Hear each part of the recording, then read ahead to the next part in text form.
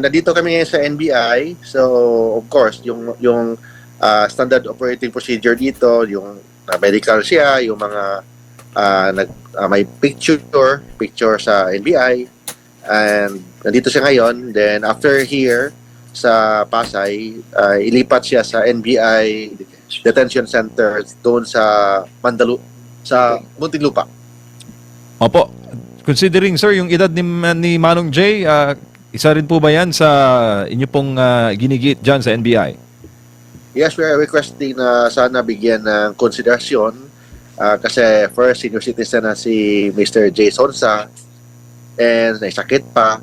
Tapos yung mali yung inisyo ng court na warrant of arrest. Kasi bakit dapat walang warrant dapat inisyo nito? Kasi ang nakalagay sa warrant of arrest, binasa natin, mali, may typo error, nakalagay doon non-bailable or not bailable. Ang problema, ang kaso niya ngayon is unlawful publication. Unlawful publication, ang penalty is only up to 6 months to 6 years. So, ibig sabihin, hindi naman to heinous crime na punishable by reclusion perpetua or higher. So, this is a bailable offense. In fact, hindi na kailangan ang bail nito. But maybe ang court nagkamali. Ito namang NBI, nabasa nila na may warrant of arrest ang court, atat sila na arestuhin. So, of course, trabaho lang naman nila yan. But we will do all the legal remedies available as soon as possible. Opo. Considering na holiday bukas, Attorney Mark, yung kliyente po ninyo mukhang talagang mananatili muna dyan po sa facility. Magbakasyon muna dito sa hotel ng NBI. Yun talaga ang mangyayari. So sabi ko nga sa NBI na, sige, mag-alaga kayo ng matanda. Opo. At ano nga yung, sir, pinag-ugatan ng kaso na ito? At di ba, meron tayong tinatawag na freedom of speech. Pasok po ba yon sa depensa ninyo, sir? Ang kaso ang base nito, yung allegedly, yung pag-publish ng medical records ng ni Presidente Bongbong Marcos. So, yun talaga ang punot dulo dyan. But ang issue dito, bakit sa Pasay final? So, based on my research, na-file dito sa Pasay, kasi ang main office ng NBI, Pasay City.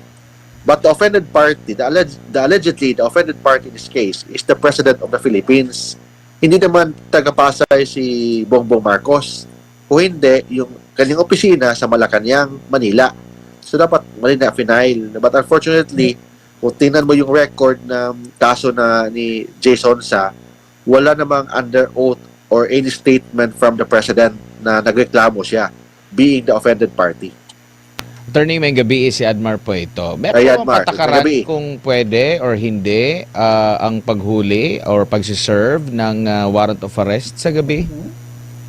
Ay, yun nga, basta under the rules, ang warrant of arrest can be served at any time of the day or night. Hindi naman ito search warrant na morning lang hanggang hapon. But ang warrant of arrest, it can be served at any time of the day or night.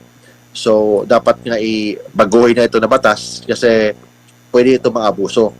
But if you read kasi, ang warrant of arrest ni Jason Sa, parang mali talaga. So, bakit mali? First, nakalagay doon, not bailable. So, pag you say not bailable, hindi pwede i-bail. O, nakadilaw yan, nakita nyo, not bailable.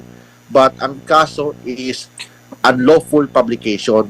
It's a very simple case na ang may jurisdiction dapat nito ang MTC lang, naging RTC because there's cybercrime involved. But still, this is a bailable offense. Or kung hindi man bailable, a bail is not required in this case.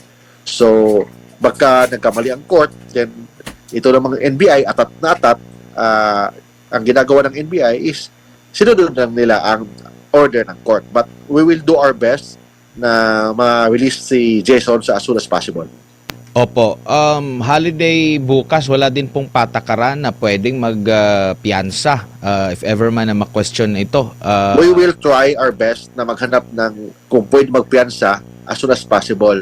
But because na jurisdiction is ng kaso nito, ang may hawak ng kaso nito is Pasay, sarado ang Pasay City Hall bukas, sarado ang mga courts bukas.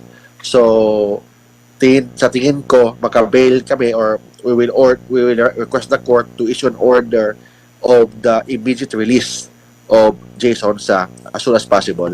So we will do the request to the court Monday as soon as, but kung may available tomorrow or kahit weekend, we will do. Basta lang ma-release ni Jason sa as soon as possible. Opo. Regular po ba or common po ba, attorney, na yung offending party ay hindi yung nag-file ng Yun na, first, kaso? ang NBI, walang personal knowledge. Hearsay. Lahat ng statement na sinasabi nila, hindi personal knowledge nila. The NBI, they can investigate, but still, dapat may witness, may complainant. In this case, walang complainant. At least man lang, ang offended party may nag-execute ng affidavit, but walang affidavit na in-issue ang ating presidente. So kasi walang in-execute na affidavit ng ating presidente, so lahat ng mga pinagsasabi ng NBI doon sa piskalya sa aming preliminary investigation, hearsay. So ibig sabihin hearsay, walang bearing or walang evidentiary value. Opo. Maaari bang malaman kung bakit nandito sa Metro Manila si Manong J? Kasi ang alam natin, nakabase siya doon sa Nasa Mindanao. Davao si Manong J talaga, doon siya nag-base. Pumunta siya dito sa Manila kasi pinaghandaan po namin ang bail po niya with respect sa libel. Kasi ang libel, normally may bail talaga yan. But with respect to this unlawful publication, kasi mababang kaso to, normally, ang gagawin ng court, hindi talaga mag-issue ng warrant of arrest. In fact, bail is not required. Baka that's why na nagkamali yata ang court, but that's why na shock kami nang tumawag si Sir J sa akin na may NBI daw, maraming tao sa bahay nila para arrestuhin siya. Na dapat hindi ito mangyari kasi hindi pa naman nag-issue ang court ng warrant of arrest with respect sa kaso ni na libel. Kung may nag-issue man itong unlawful publication na kaso, but dapat walang warrant of arrest na in-issue. Opo. Kailan po daw po nailabas yung desisyon ng korte na umabot pa ng gabi yung implementation nito? Kaya hapon lang, mga bago magsarado ang opisina, mga 4 o'clock yata. Based on my information, habang naghihintay na pala doon ng NBI sa korte na lumabas yung warrant of arrest. So, pina-follow up talaga nila. That's why lumabas ang warrant of arrest. So, paglabas, diretso na sila naresto si Manong J. Opo. Siya lang po ba yung subject ng ganitong may kaso? Dalawa sila si Jason at saka si Eric Celis. But madulas si Eric Celis so hindi nahuli. Opo. Attorney, siguro, mensahe niyo na lang po sa mga supporter ni Manong Jason sa nangyari po sa kanya. Sa lahat po ng mga supporters ni Jason, huwag kayong mag-alala, lalo na kanyang pamilya, huwag kayong mag-alala. Healthy si Jason nandito siya hindi naman inalaga naman siya ng NBI, hindi naman siya pinapabayaan dito. Second, tutukan ko yung kaso niya na as soon as possible makalabas talaga siya as soon as possible.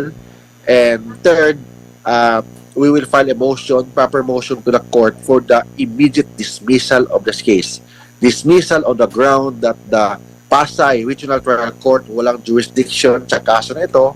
Bakit walang jurisdiction ang Pasay Regional Trial Court? Kasi hindi naman nangyari allegedly ang crimen sa Pasay.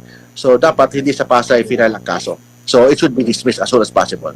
Attorney, dagang salamat.